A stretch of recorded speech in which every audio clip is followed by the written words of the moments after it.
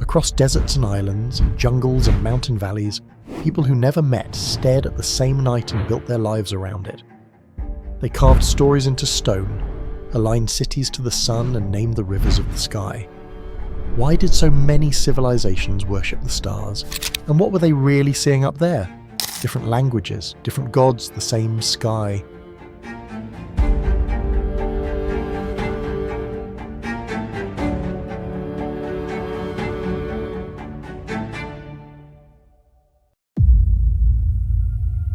In the Nile Valley, priest astronomers watched the first glimmer of returning stars to mark sacred calendars. In the Yucatan, observers tracked the wanderings of Venus with careful precision.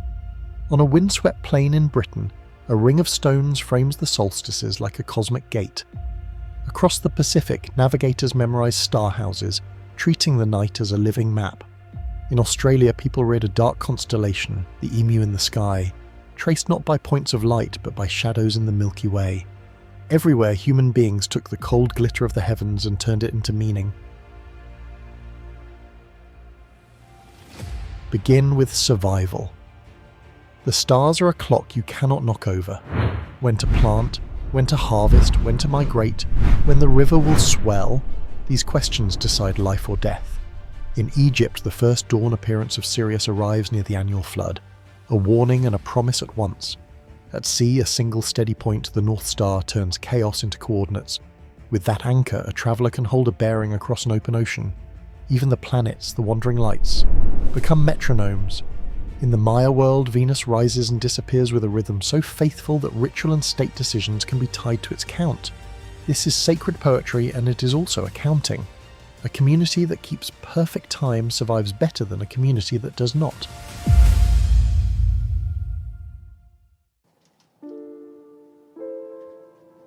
Now consider how stone can be aligned to heaven. Some monuments behave like instruments aimed at the sky. At Newgrange in Ireland, only the winter solstice sunrise threads a narrow passage and alights an inner chamber that sits in darkness the rest of the year. At Chichen Itza, during the equinox, a serpent of shadow seems to slide down the steps of the Great Pyramid, a choreography of sun and masonry. In the American Southwest, a thin sun dagger of light slices across carved spirals at the solstice, a blade of day marking the turn of the year.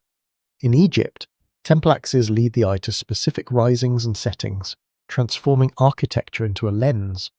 In the Andes, windowed towers frame the stations of the sun so that a city can feel the drift of seasons like the hand of a clock.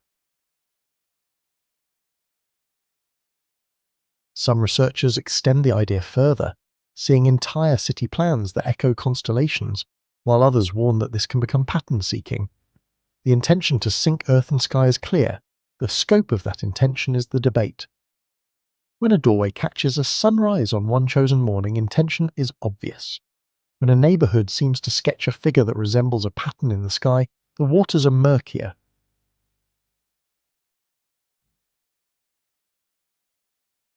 The honest approach is simple. Label what is solid, label what is tentative, and admit what is unknown. That humility does not weaken the wonder, it protects it. Why worship, not merely watch? The sky does not only tell time, it tells stories. Where one person sees a hunter, another sees a bird or a canoe or a scorpion, and both feel a message. The Milky Way becomes a road for souls, or a river, or the spine of the world. Constellations become signatures of the divine. Eclipses and comets arrive like omens, terrifying and irresistible. There is psychology in this. Awe shrinks the self and enlarges the tribe. Under a dark sky, private worries dissolve into the feeling that you are inside a greater order. Ritual takes that feeling and nails it to the calendar so that meaning returns with the seasons. Here is a deeper layer. The sky is not fixed, it is slowly changing. The earth wobbles like a spinning top, a motion called precession. And across a very long cycle, the pole star drifts. Constellations shift against the seasons, and a sunrise that once marked a sacred day will stray from a doorway of stone. Classical astronomers in the Mediterranean world wrote about this long cycle. Some scholars argue that older myths and alignments may hint at such knowledge in scattered ways. Others respond that this is reading backward, that memory is messy, and that stories are not measurements, the cautious conclusion is still astonishing. If generations watch carefully and record faithfully, tradition can become an archive of the sky, passed mouth to ear and stone to eye. Step back and the similarities become striking. Sky gods, solstice temples, star-timed calendars, a sense of fate written above, a belief that the heavens speak to the earth. Is this shared psychology, the same human brain solving the same problems, or does it hint at a pool of old knowledge, traded, retold, misremembered, and reborn across distances? There are bold claims. Some say monuments mirror constellations with deliberate accuracy. Some say carvings encode ancient events in the skibble, including slowly shifting cycles. Any of these claims are debated. The responsible posture is to celebrate what is well supported, mark what is hypothesis, and keep asking for clearer evidence. Look at a few scenes more closely. In a sparse desert, a ring of stones appears to mark cardinal directions and perhaps a season, a simple machine for the year. In the American Southwest, petroglyphs record the dance of light and shadow with remarkable fidelity, turning rock faces into calendars. In the Pacific, master navigators hold thousands of stars in memory, yet they also read swells, clouds and birds, turning the whole night into a three-dimensional map. In Australia, the dark emu tells people when real emus nest and when eggs can be gathered, sky knowledge mapped directly to food.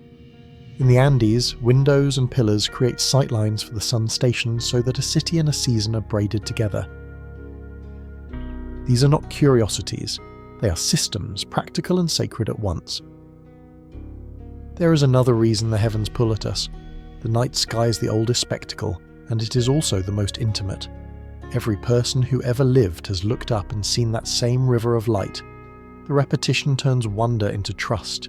If the stars always return, perhaps our lives can be made to rhyme with them. Ritual becomes a promise that tomorrow will be like today, and if the night itself confirms the promise, the ritual feels true. When a ruler claims to stand between heaven and earth, the architecture around that claim must prove it. Alignments, corridors of light, ceremonies timed to the moment, these acts say, the order you feel in the sky is the order I bring to the ground. Listen for the modern echoes. We still gather for solstices and for New Year's defined by the dance of the earth and the sun. We still watch for showers of meteors like old friends returning on schedule. We still assign personalities to wandering lights, even when we know them as worlds and not omens. Planetariums recreate the vault of heaven for crowded rooms that fall quiet when the lights dim. Astronomers open great mirrors to catch light that began its journey long before our species learned to speak. We even pressed a message into metal and sent it outward, a golden record for whoever listens. The old instinct remains, to make meaning with the sky, to reach across the dark, to be seen. Think about memory. A single person cannot feel the slow drift of the heavens, yet a community can. Oral tradition, ceremony and architecture extend memory beyond one lifetime. A grandparent tells a story about a star rising, where a certain rock cuts the horizon. A child grows and notices the star is slightly off, and that small difference is added to the tale. Across many generations, a culture can notice what no individual can. This is one of the quiet miracles of the human story. We build instruments out of stone and story that let us measure time longer than a life. Now return to the question. Why did so many civilizations worship the stars? Because the stars fed them, guided them, warned them, and moved them. Because the sky was the most faithful teacher they knew. Because awe is not a luxury, awe is a tool, it binds a people and makes them brave. Because when you build in stone and align it to heaven, you are telling your children and their children that the world has meaning and that they belong inside it. There is a final answer that feels right, because it is humble. The stars invite worship because they are both unreachable and perfectly available. You cannot touch them, yet you can stand under them for free every clear night of your life.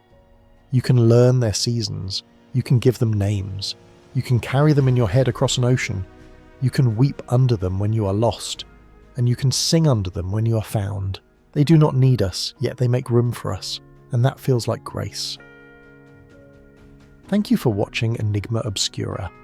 If this stirred something, tell me which night sky story shaped the place you call home, and join me next time as we follow the wake of sailors who crossed an ocean with nothing but a compass of stars.